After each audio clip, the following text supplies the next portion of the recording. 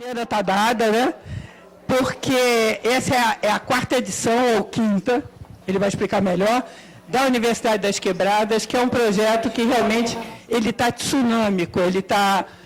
Cada dia ele tem mais energia, a gente queria atender a mais gente ainda, mas é um projeto que saiu de uma ideia pequenininha, e essa ideia, ela foi um fermento de uma coisa muito linda. A gente começou pensando assim: eu não quero capacitar ninguém. A periferia está chegando com uma força total. Tem seus intelectuais, tem seus artistas, tem seus educadores. A academia está lá, tem sua massa crítica, tem sua coisa, e não se comunicam essas duas forças. Então, a ideia era só essa. Vamos botar academia para dentro da universidade, para alimentar a universidade, e a gente troca esses saberes, que, para a gente, são muito importantes para a academia, e eu acho que essa troca tem dado frutos lindos, tanto que eu fico bem avó, porque eu já estou com gente aqui, eles voltam. Uma vez quebradeiro, isso para os novos é importante saber, é sempre quebradeiro.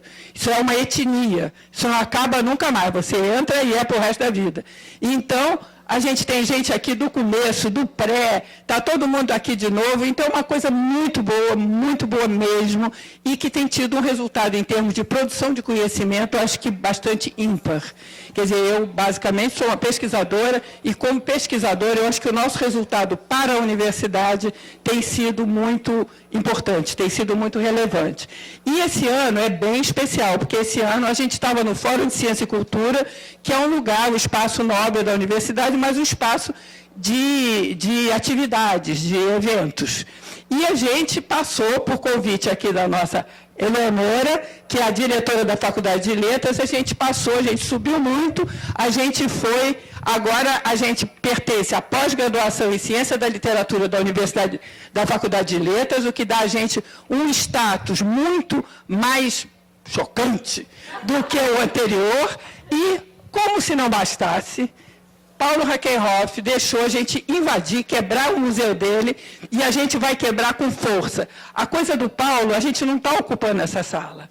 A gente está realmente quebrando no mar.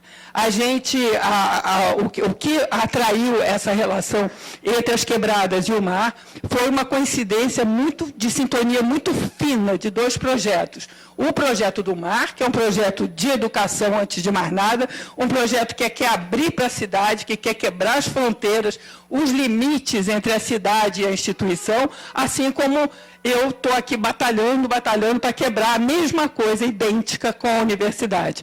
Então, a gente junto vai ser a Revolução Cultural Chinesa. Nada mais, nada menos. E, então, aqui, estamos com a gente, até aqui. Eu sou Heloísa Buarque e Noma Ciro, nós somos as coordenadoras desse projeto, temos uma equipe que eu vou mencionar, porque não pode deixar de mencionar, porque ela é muito importante. Então, a gente tem aqui, eu vou ler porque eu já estou senil. A gente tem a equipe dura, a Numa, a Bia Meira, Ângela Carneiro, Silvia Soter, Sandra Portugal, Monique Andries e novidades agora agregados, Fred Góes e Marta Alckmin. Está aumentando esta equipe dura, daqui a pouco ela é do tamanho da outra, o que é muito bom para a gente. Com planejamento e coordenação geral, tem Letícia Monte e Fernanda Jaguaribe, elas fazem o planejamento estratégico das quebradas. A secretária executiva não é a secretária executiva, desculpe, está escrito errado. Porque isso aqui, tudo que escreveu foi a Fernanda, do planejamento estratégico, porque eu não me lembro de mais nada nessa altura do campeonato. Então, a Rô não é uma secretária executiva, ela é a musa das quebradas. Cadê ela? Todo olho...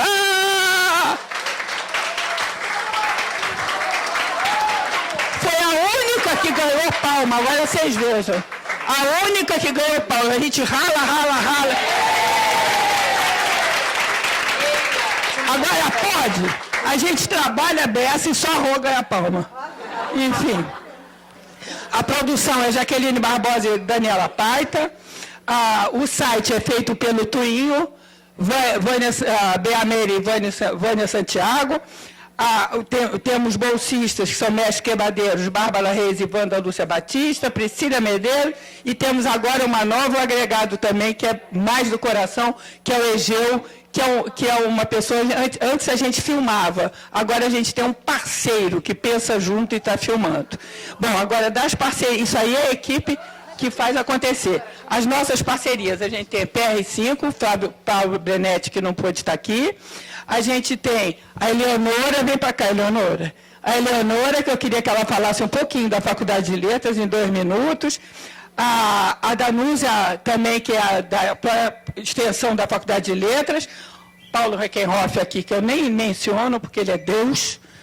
A Janaína, cadê ela? Vem, Jana. A Jana também, que é aqui do mar, e vai falar um pouquinho da perspectiva das quebradas invadirem o mar. Eu estou repetindo, isso aqui não é uma sala que a gente está ocupando. A gente está ocupando uma ideia. É muito maior que isso, e a gente vai articular mesmo com a coisa das artes, com a coisa da cultura visual da cidade. A gente vai procurar fazer um trabalho realmente integrado. A gente tem, obviamente, a Petrobras, a Marcele está aqui já com cara de quebradeira, e o Gico, que eu acho que ainda não chegou, que viabiliza esse projeto e está pelo 3º ano consecutivo está apoiando o projeto. O governo do Estado, a Verinha aqui, que a gente faz o projeto junto, tem sempre um polo avançado nas bibliotecas da Verinha, Adriana Rates, CNPq e FAPERJ, que são a base da pesquisa, a base da metodologia, a base de tudo. A Agência de Inovação da UFRJ, que se agregou a nós. Foi muita coisa que está acontecendo, tudo isso é novo. E a Fundação Roberto Marinho, que também é a Vilma Guimarães, com quem eu queria me casar. Porque realmente, não, fora de brincadeira, a Vilma é uma pessoa, ela vai dar aula para vocês vão ver o que é a Vilma. Ela é uma pessoa que chega e você fica doido, você quer mais e mais e mais. Então, a Vilma, eu não posso chamar ela de parceira, ela é um cônjuge. Ela é minha cônjuge. A Vilma hoje vai transmitir a palestra do Paulo para... Estamos com os professores organizados no Pará, no Amazonas, no Acre, em Minas Gerais, Pernambuco, Rio Grande do Norte e aqui no Rio de Janeiro. Obviamente, recepção organizada, porque está aberto para o Brasil todo, Paulo. A gente está transmitindo via o site do Telecurso, o Twitter, o Facebook do Telecurso. Então, está aberto para todo mundo. Bom, agora eu vou passar a palavra para a Numa. Bem, boa tarde a todos. Tudo que a Heloísa disse, eu assino embaixo, é claro, já está dito, não quero me prolongar muito, mas eu quero chamar a atenção que eu fiz meu doutorado na Letras, e uma boa filha a casa retorna, e Heloísa foi orientadora, e dessa orientação surgiu as quebradas. Eu quero dizer que vocês pensem quando lerem as teses e as dissertações dos seus orientandos, porque pode ter uma bomba lá dentro. Então, muito obrigada, Heloísa. Obrigada a todos. Bom, boa tarde a todos. Como diretora da Faculdade de Letras e como agora a Universidade das Quebradas é parte do nosso programa de Ciência da Literatura, eu deveria oficialmente, então, agradecer a presença de todos, dizer que são todos muito bem-vindos e dar início aos trabalhos. Mas, na verdade, eu estou muito emocionada. Eu queria agradecer demais a Heloísa pela confiança no nosso trabalho, né, da direção da faculdade, e acho que é um privilégio de uma enormidade ter a Heloísa, o PAC, e como a Numa já falou, de volta para o seu aconchego, para a Faculdade de Letras, que era da onde você, aliás, nunca deveria ter saído. A Heloísa é uma parceira de muitos anos, porque bibliograficamente esteve na minha dissertação de mestrado, esteve na minha tese de doutorado.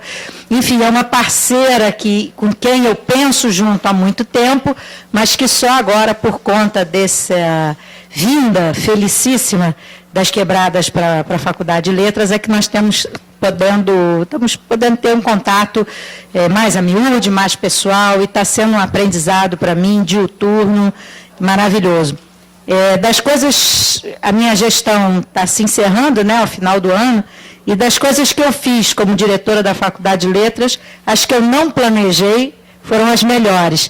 né? E principalmente a vinda da Heloísa. Eu queria aproveitar o momento para destacar também uma outra figura. Eu ia usar um adjetivo, eu ia falar louca, outra louca, mas vão achar que pode ser agressivo. Mas eu queria que vocês entendessem que para mim é um elogio, que é a Cecília Boal, que nós também acolhemos o acervo Augusto Boal. Estamos preparando aí para outubro um encontro de teatro latino-americano.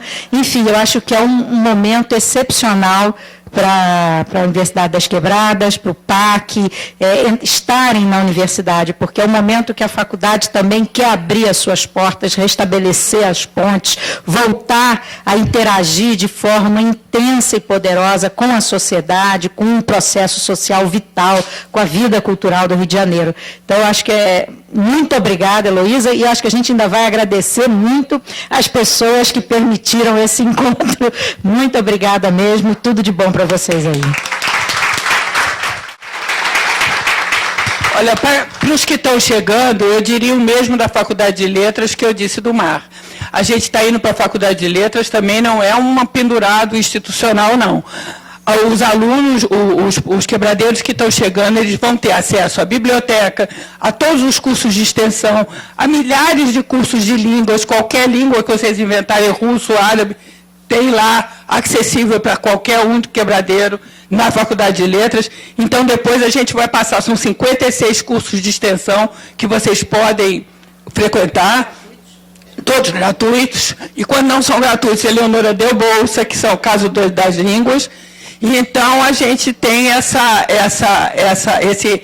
coisa com letras também, que a gente está entrando então agora num espaço realmente acadêmico, que tem muito a oferecer aos quebradeiros, tá? Janaína. Eu sou Janaína. Para a gente é uma alegria enorme hoje receber todos vocês aqui. Nós inauguramos, somos a turma mais nova aqui nesse processo, mas temos a possibilidade, a oportunidade de ter muitos amigos e muitas conexões que fazem com que o Mar seja aquilo que ele tem se constituído para a cidade. Um lugar poroso, um lugar atravessado por todas as potencialidades e processos de educação. Como bem a Heloísa falou, essa não é um acolhimento de um projeto aqui, mas é a instauração de uma potência de experiências, de processo de atravessamento com os professores, que já tem alguns convidados que estão participando aqui do programa dos quebradeiros, né? A Sabrina está por aí, dos nossos próprios vizinhos aqui do Mar, da comunidade do entorno, que muitos dos articuladores e promotores do entorno estão aqui conosco, né? Da nossa própria equipe, que também já está aqui integrando o processo dos quebradeiros, se tornando quebradeira, né? E participando do processo da formação, e as possibilidades que todos vocês nos trazem de oportunidades de construção educativa do Mar. Então, sejam absolutamente bem-vindos. Para a gente é só alegria. Muito obrigada, Heloísa.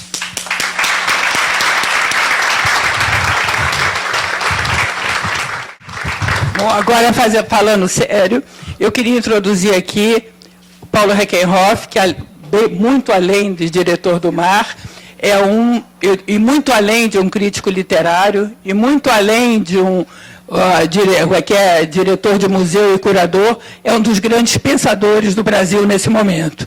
E ele vai falar para a gente uma palestra cujo nome é tão bonito, mas tão bonito, que ele podia até ficar em silêncio, que é Arte, o não saber que nos leva. Não é lindo? Fala sério.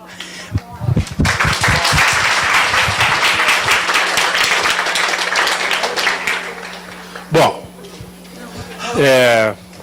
eu começaria agradecendo os privilégios que nós vivemos como instituição e ao que me cabe em termos pessoais, que é a presença de vocês, porque o que nós temos considerado no Mar é que nós não sabemos e que nós não temos projeto. O que nós temos é essa porosidade de que falou a Janaína, para sermos esculpidos de fora para dentro e, a partir daí, podermos devolver à sociedade o que recebemos como possibilidade. Essa ideia do não projeto, essa ideia do não saber, significa um estado de consciência incomodado por essa situação e que sabe que aprendemos mutuamente. Nós só poderemos fazer um museu significativo para o Rio de Janeiro se a comunidade, se a vida civil for o motor principal que move essa instituição. Por isso, o MAR não é um museu de arte.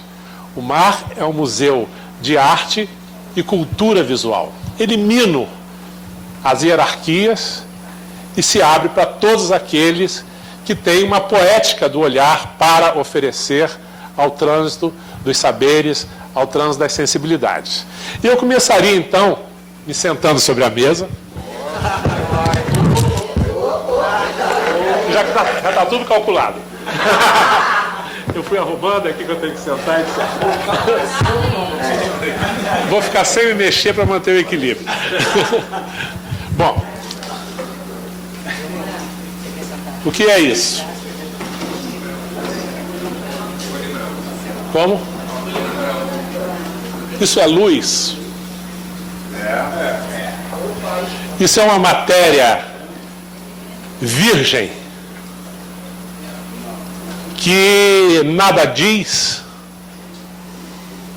como está? Ou será que ela diz de uma civilização que foi capaz de desenvolver o papel para efeitos de se comunicar? E sendo luz, é essa aquela luz original pelo qual o mundo se cria? É aquela luz que em algumas religiões estaria até investida em alguns objetos, tal a vontade dessa luz de nos religar quase como uma religião, que a origem da religião é o religar. Mas se eu fizer isso,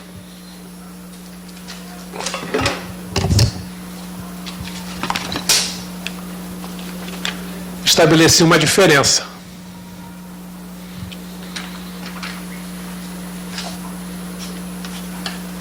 E se eu fizer isso, essa diferença começa a se organizar. E se eu fizer isso e ler aquilo que é um som, né? E eu preciso de você, Marechal, para ajudar a transformar esse som num som coletivo, né? Agora, se eu fizer isso, pega aqui a tesoura para mim.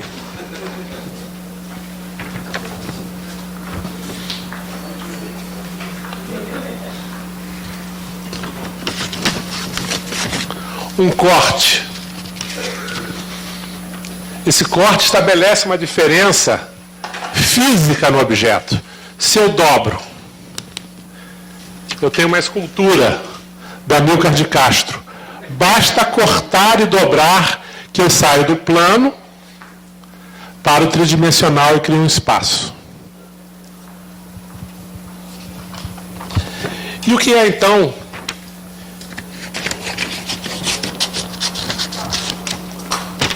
esta fita? Não, um pedaço da... Esta fita. Você deu? Pequeno, muito pequeno. Desculpe o improviso, segura aqui para mim. Eu vou fazer uma torção.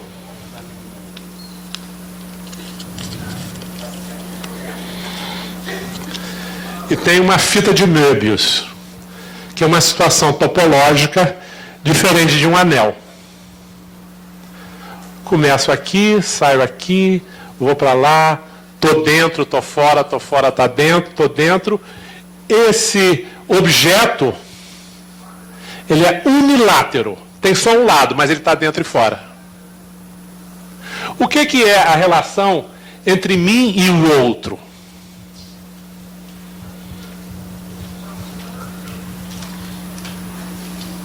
Elijah Clark diz que é uma continuidade entre mim e o outro. A psicanálise também diz isso, que eu sou incompleto sem o outro.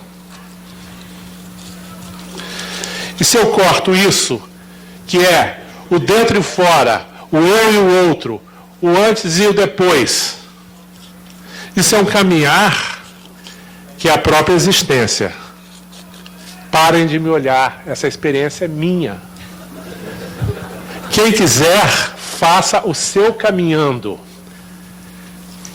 Pegue uma folha de papel.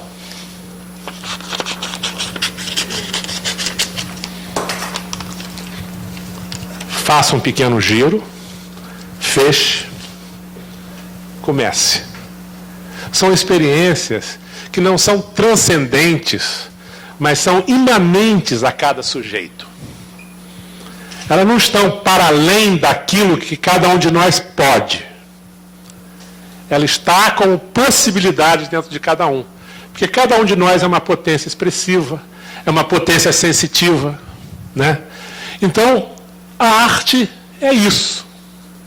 E as quebradas devem ser isso. Um museu deve ser isso, né? Por isso que eu digo, é um não saber que nos move.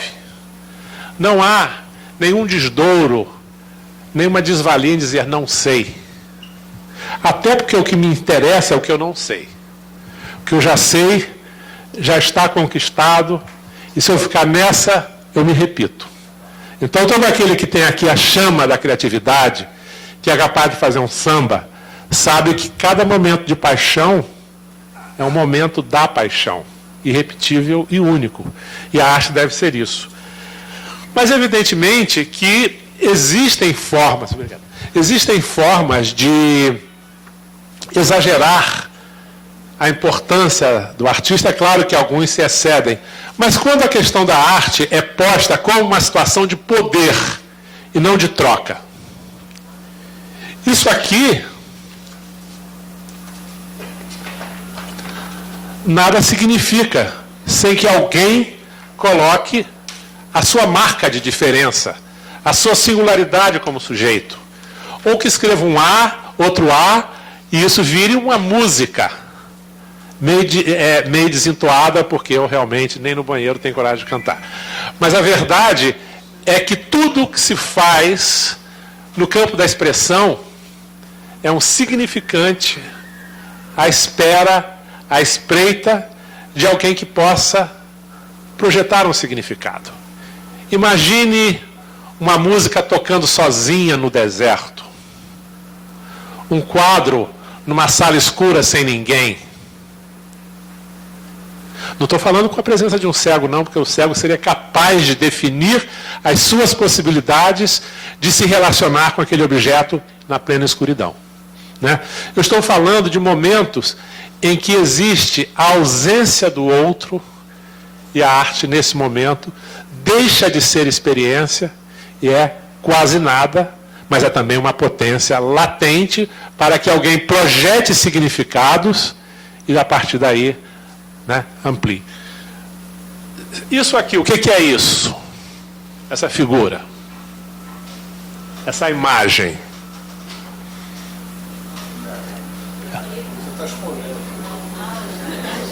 Um jacaré? Símbolo de status, é uma Lacoste. Para mim não é símbolo de status. Para mim é um símbolo de conforto, que é a única coisa que eu visto na vida, é isso. Vocês sempre vão me ver com jacaré. Eu sempre digo assim, é porque eu tenho um negócio de exportação ilegal de jacarés.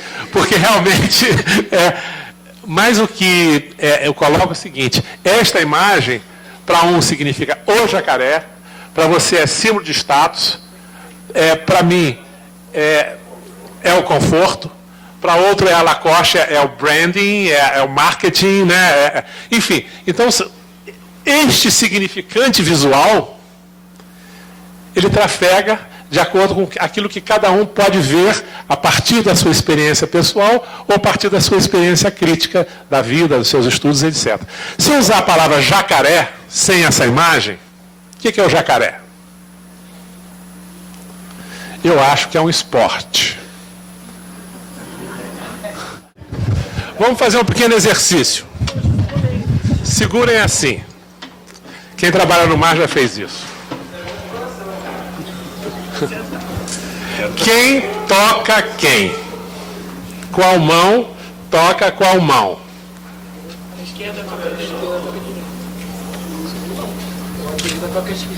Como? Uma troca de toque.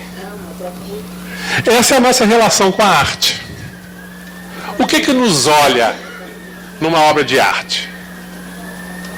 O que vem a nós num momento de música? O que nos olha? O que nos faz escutar? O que nos comove? Por que certas imagens nos comovem? Por prazer, por admiração, porque ela nos intriga, porque nos fazem pensar algumas outras, etc. Né? Mas essa relação simbólica entre um e o outro. E essa é uma questão muito importante da arte. E é uma dúvida que se tem quando eu digo que é o não saber, porque se a arte tivesse receita, se a arte tivesse aquilo que na academia se chama um cânon dominante como foi no passado, todas as hipóteses de diferença começariam a se atrofiar, a serem diminuídas em favor da reiteração da regra. Então essa questão transgressiva, que não é a contestação pela contestação, mas entender que aquilo que nós recebemos do mundo deve ser o nosso ponto de partida para o mundo, não para trás, mas para frente. Ou seja, um dado momento da maneira como uma cidade se expressa musicalmente deve ser o ponto de partida para novas experiências, e não ficar ali na regra. Isso, no entanto, não significa que a raiz morra, porque a raiz é o que sustenta. Ontem eu assistia um programa na televisão que era uma relação entre repentistas e hip-hopper, não é isso? Vocês chegaram a ver? Maravilhoso, quer dizer, como duas culturas extremamente diferentes, uma pensada como uma dinâmica da cidade, do presente, dos jovens, podia perfeitamente se nutrir de uma tradição brasileira do século XIX, e ao mesmo tempo dar algo a essa tradição, né? Então nós estamos falando disso. O que toca quem? Quem comove quem? Então nós estamos falando também de uma discussão que eu acho que vai atravessar as quebradas, que é o processo de individualização. Eu não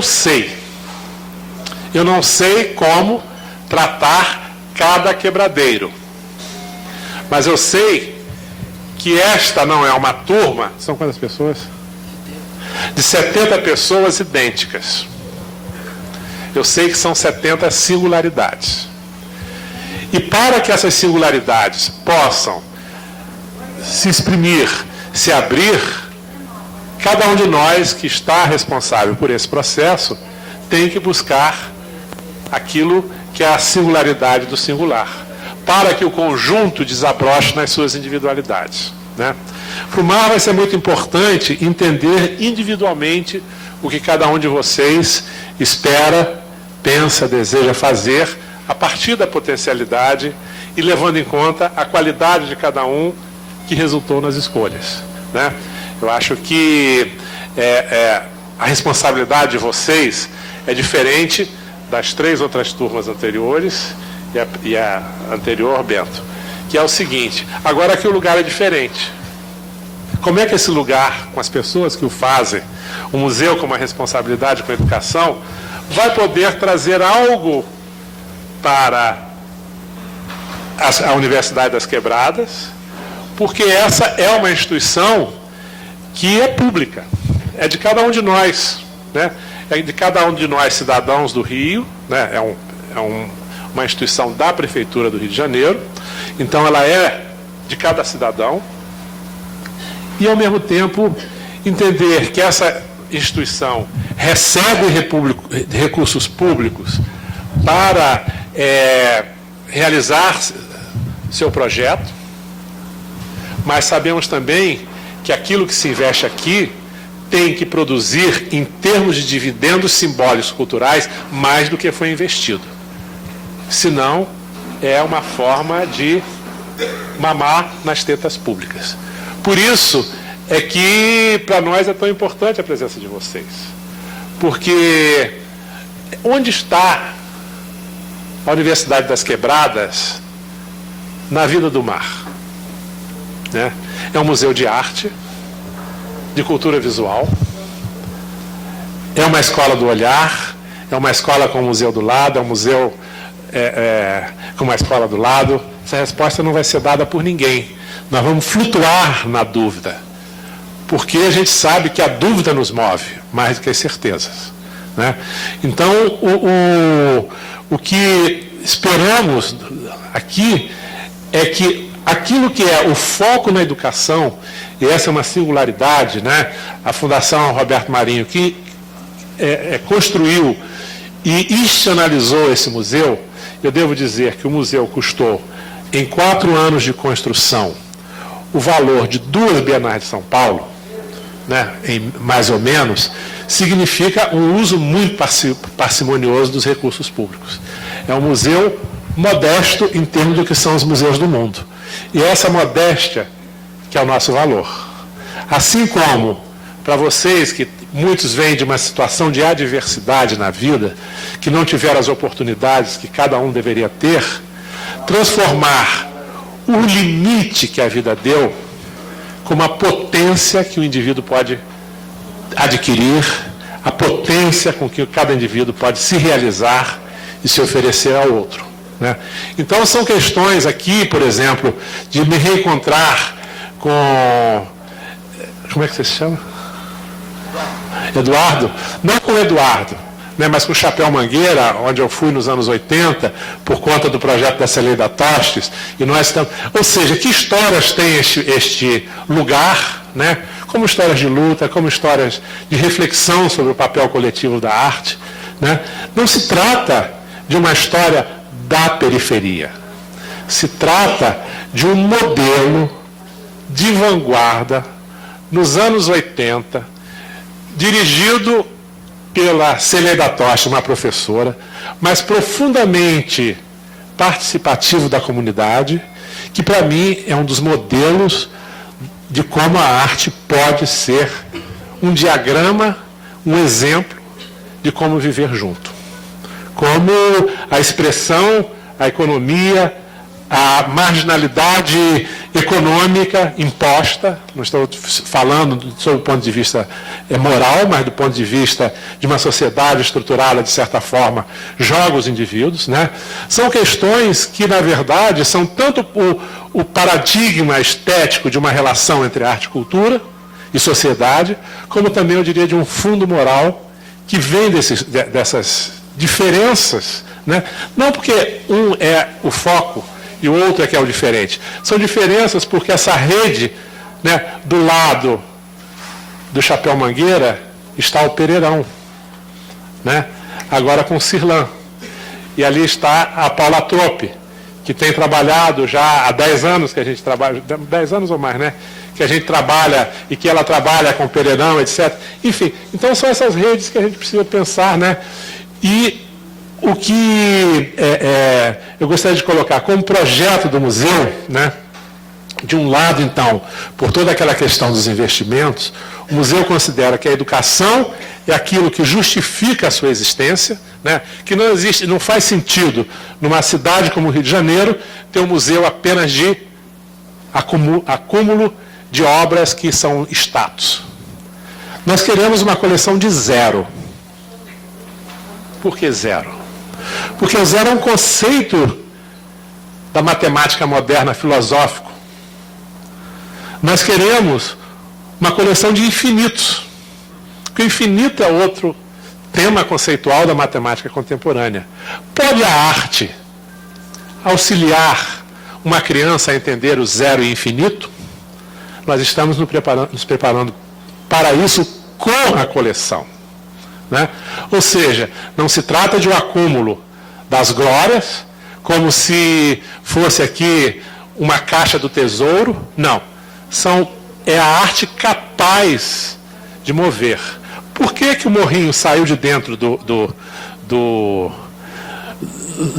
pavilhão de exposições e agora está no Piloti? Porque foi a obra que mais comoveu o público que veio. Né? Então, isso que nos comove como sociedade, como indivíduos, é o que nos interessa como arte ao mar, né? Como também substituímos alguns mapas, havia tantos, por tudo aquilo que está acontecendo hoje na maré. Livros sobre a maré, o mapa postal da maré e também o sticker que estão colando em cada casa, instruindo os moradores como atuar no caso da pacificação e se houver abuso, né, nesse processo. Então nós estamos falando de um museu que precisa estar vivo, precisa ser significativo. Da mesma maneira como é que chama a baiana que vende acarajé aqui?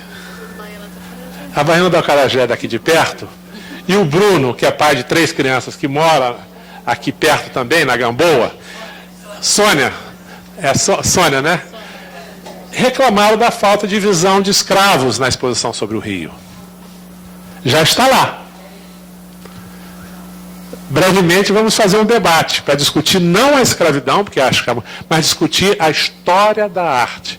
Uma coisa que eu aprendi com Heloísa, uma das coisas com relação à juventude presente, que é uma juventude que fala muitas línguas, é poliglota. Quer falar a língua do seu dia a dia, tá aí, tu quer, sabe, qual é, etc e tal.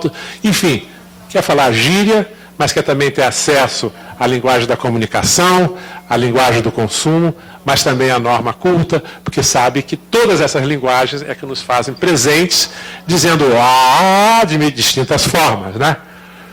Mas o que se vai discutir ali agora, porque a escravidão está explícita, o que é o romantismo? O que é o romantismo na história da arte? O que é o romantismo hoje? O romantismo na história da arte é vir desenhar escravos, chegando de navio, limpinhos, saudáveis, arrumadinhos, porque a visão do mundo era idealizada, né? Então são processos em que em nenhum momento o museu vai deixar de discutir esse lastro que cria o nosso olhar, esse é um museu de arte, mas sabendo que nós somos uma totalidade dos sentidos. Por isso a literatura é muito importante, o teatro, a música. Nós vamos trabalhar o corpo, não performance, dança, o corpo. Quais são as experiências estéticas do corpo? Eu tenho certeza que aqui nós encontramos alguns participantes, né? Hoje, por exemplo, tinha aí um grupo de meninas que era eu acho de Anchieta, e várias delas fazem dança, e nós já estamos chamando para um grupo para virem participar aqui de um trabalho que vamos fazer de dança com o grupo experimental da Holanda. Como nós podemos juntar qualidades? Mas essas meninas também vêm dizer o que é a vontade de fazer dança numa situação como é o Rio de Janeiro. Você me desculpa olhar mais para cá, porque eu tenho um problema de visão e para lá a luz me cega mais do que para cá. Então, por uma defesa. E eu vou terminar, porque eu não sei se vai haver espaço para... falando de quinta-feira passada. Como vocês sabem, houve aqui um coquetel para o Conselho Mundial de Museus. Chegaram um grupo de protesto, e eu fui conversar com esse grupo. E nesse processo chegaram lá o grupo mais radical, e começou-se uma discussão e que não chegava ao pacto que eu queria, que era uma de não agressão mútua. Os que protestavam não insultariam os policiais do BOPE e vice-versa, né? E tentaríamos criar uma zona, porque eu não gostaria, acho que não seria bom para o mar que isso aqui virasse uma praça de guerra, um espaço de repressão à livre expressão, né, etc. Então, nesse processo de negociação, por um certo momento, o caldo virou, não foi possível, eu fui ao comandante da operação e disse, olha, eu vou ficar no meio dos manifestantes, e vários funcionários do museu estarão, outros ficarão dentro do museu, se houver alguém precisando de um socorro, de alguma coisa, a gente poder ter gente disponível para isso. Então, fez uma divisão de trabalho e nós fomos para o meio dos manifestantes para dizer, olha, somos corpos como todos os outros, sujeitos ao lacrimogênio, à pimenta, mas eu sei que num momento, para uma pessoa, algo lhe comoveu. No meio daquele tumulto, esse homem de 20 e poucos anos parou e ficou estarrecido diante do que ele via dentro do museu. Era um morrinho. O que está escrito para o lado de fora? Você se lembra? Paz. Paz. Aquele homem ficou paralisado. Não era para isso, mas ele foi tocado pela arte. Que lugar é esse que vem aqui negociar? Porque essa é uma escola. Quebrou um vidro, são 100 crianças a menos. Esse sentido de responsabilidade eu vi presente a todo momento da manifestação. Eu nunca me senti ameaçado. Pelo contrário. Havia sempre pessoas ali que vendo desde o início, não vai por aí, porque aí não vai ter... Sabe, as pessoas queriam um processo de encontro, né? Mas o que eu estou querendo dizer é o seguinte, para mim, um momento magnífico foi quando alguém tem uma experiência estética e a partir da arte ele pensa que ele pode mudar a sua maneira de ver o mundo. O morrinho não vai mudar o mundo. Mas naquele momento, o morrinho mudou o modo daquele homem. Não é que ele tenha parado de protestar, não. Apenas ele viu que o protesto dele devia também proteger a escola. Eu acho que esse foi o momento transformador. Não se trata de domesticar as vontades, mas de entender que há situações que são o bem comum. E esse é o propósito do MAR. O que é a arte na esfera... Já estou concluindo, não durmam. eu, durante a ditadura, eu dava aula de direito constitucional. Algumas aulas eram às 8 da manhã na segunda-feira e outras eram às 8 da noite na sexta. Então eu dividia a sala da seguinte forma, era uma sala comprida como essa na PUC, dizia o seguinte, nas primeiras filas, eu quero aqueles que vão prestar atenção. No segundo grupo, aqueles que vão conversar. E peço que conversem baixo, porque o terceiro grupo é daqueles que vão dormir. Então é um pouco isso. O museu pode ser assim também, mas vamos chegar então a essa conclusão. Então, para que existe esse museu? Eu não sei. Mas ele me move. Eu não sei porque eu não sei o que vocês esperam deles. Né? Ou seja, esse é uma hipótese efetiva de participação e de esculpir o que é essa instituição, o museu. E isso quem faz são os cidadãos aqui presentes. Né? Então, acho que hoje começa uma etapa muito importante na vida de vocês. Agora, seguramente, para o MAR e para a história dos museus, vocês estão construindo um capítulo bastante significativo. Né? E é um privilégio contar com a experiência de todos que construíram as quebradas, né? Essa reinvenção da hipótese da universidade, porque, no fundo, a hipótese é o problema não está quem tem os seus limites na vida. O problema é de que tem a potência e não a utiliza de acordo com as suas responsabilidades. Né? Eu começaria, na próxima semana, propondo a cada um de nós ler o conto O Mineirinho, de Clarice Lispector. Tá? Então, a gente vai distribuir na semana que vem. E, digamos, a ideia, que ainda nem falei com Heloísa, mas que a gente possa produzir, através do MAR, junto com as quebradas, certos exercícios de reflexão estética. Por que nós produzimos como artista? Por que nós ativamos como ativistas? O que nós queremos trabalhar como produtores culturais? A partir de que ponto, no interior da singularidade de cada um de nós, algo nos comove e pede para nos movermos no mundo. Então, eu agradeço e não sei se vai abrir para perguntas. Não.